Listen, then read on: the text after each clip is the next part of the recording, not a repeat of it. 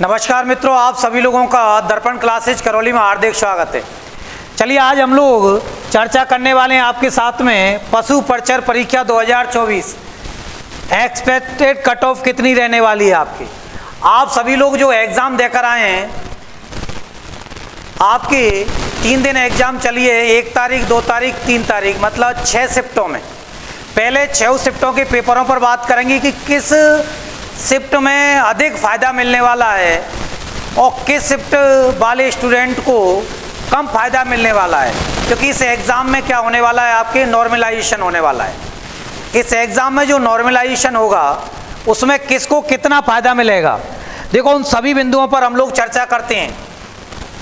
एक तो आपकी जो विभिन्न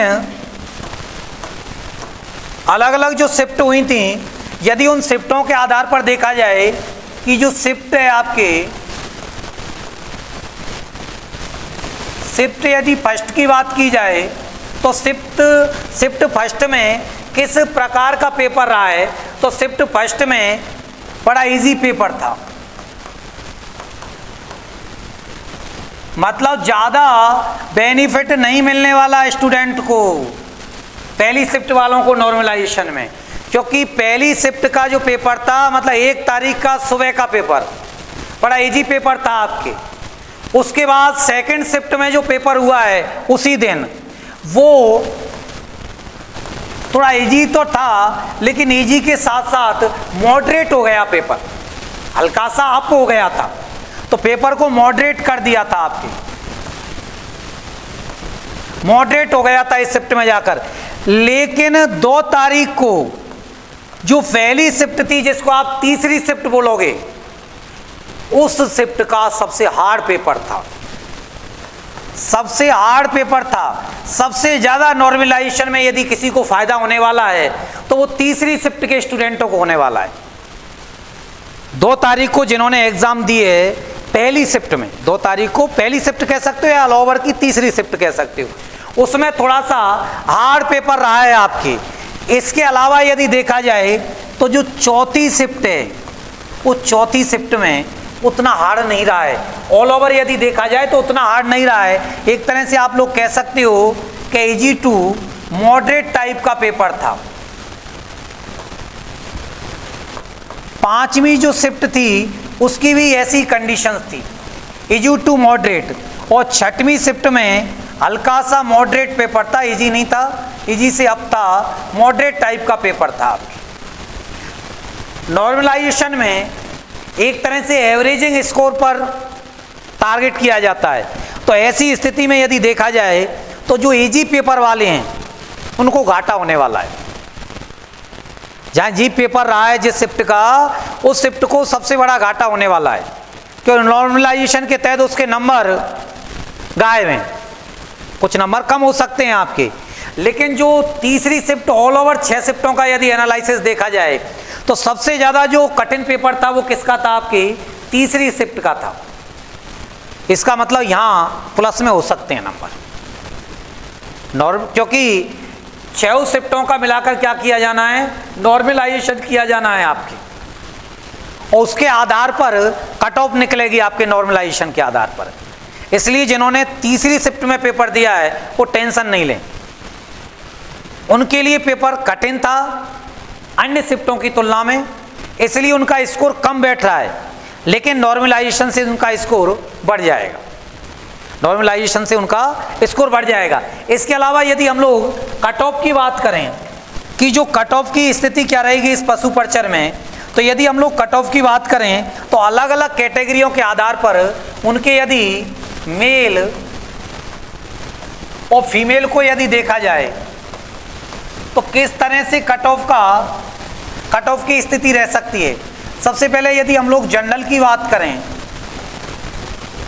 कि जनरल में जो कट ऑफ है वो लगभग एवरेजिंग कितनी रह सकती है, तो जनरल की यदि बॉयज़ की हम कट ऑफ की बात करें तो लगभग 115 से 120 जनरल के मध्य जो कट ऑफ रहेगी वो 115 से 120 के मध्य रहेगी, लगभग 115 से लेकर के 120 के मध्य जनरल में कट ऑफ रह सकती है बॉयज़ की।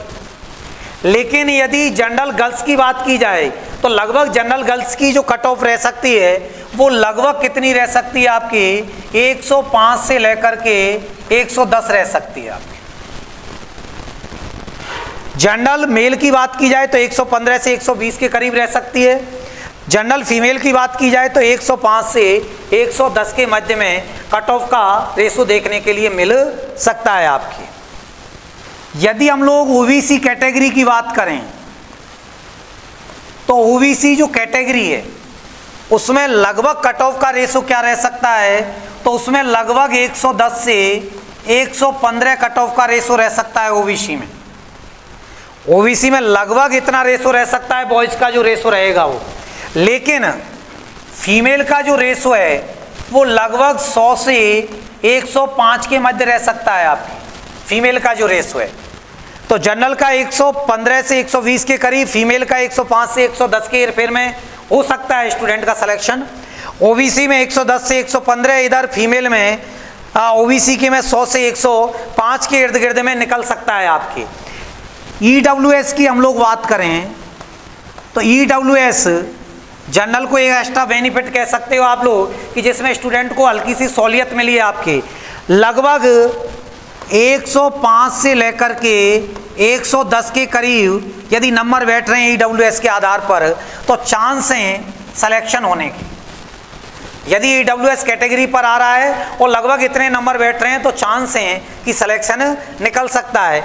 लेकिन यदि फीमेल है तो लगभग 95 से 100 के करीब यदि बैठ रहा है स्कोर, 95 से 100 के हेरफेर में स्कोर बैठ रहा है तो लगभग यहाँ भी निकल सकते हैं आपकी, इस जगह भी निकल सकती है सीट।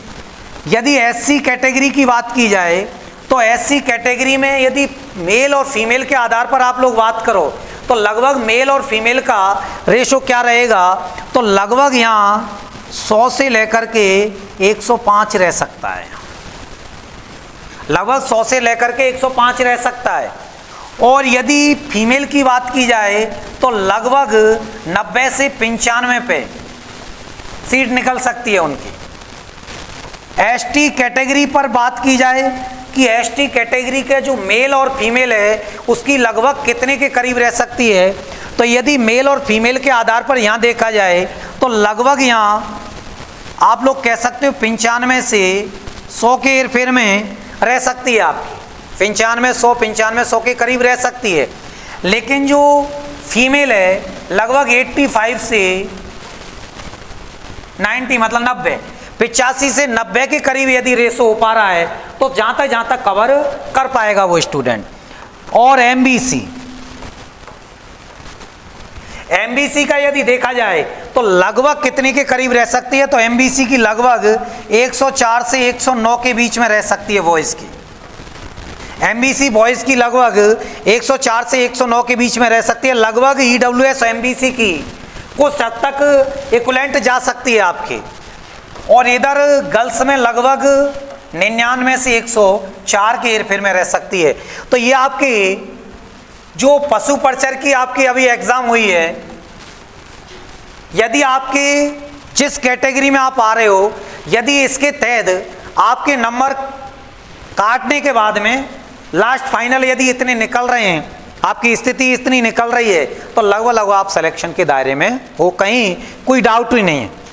और तीसरी शिफ्ट में मैंने जैसा कि अभी आपको बताया उनको नॉर्मलाइजेशन में एक अतिरिक्त बेनिफिट मिलने वाला है क्योंकि उनका हार्ड पेपर था, तो वहाँ स्टूडेंट को घबराने की ज़रूरत नहीं है क्योंकि अन्य शिफ्टों की तुलना में यदि 6 शिफ्टों से तुलना की जाए तो ज़्यादा हार्ड जो पेपर था वो तीसरी शिफ्ट में ही था। चलो साथियों, आप सब लोगों के लिए जुड़ने के लिए बहुत बहुत धन्यवाद। जय हिंद, जय भारत।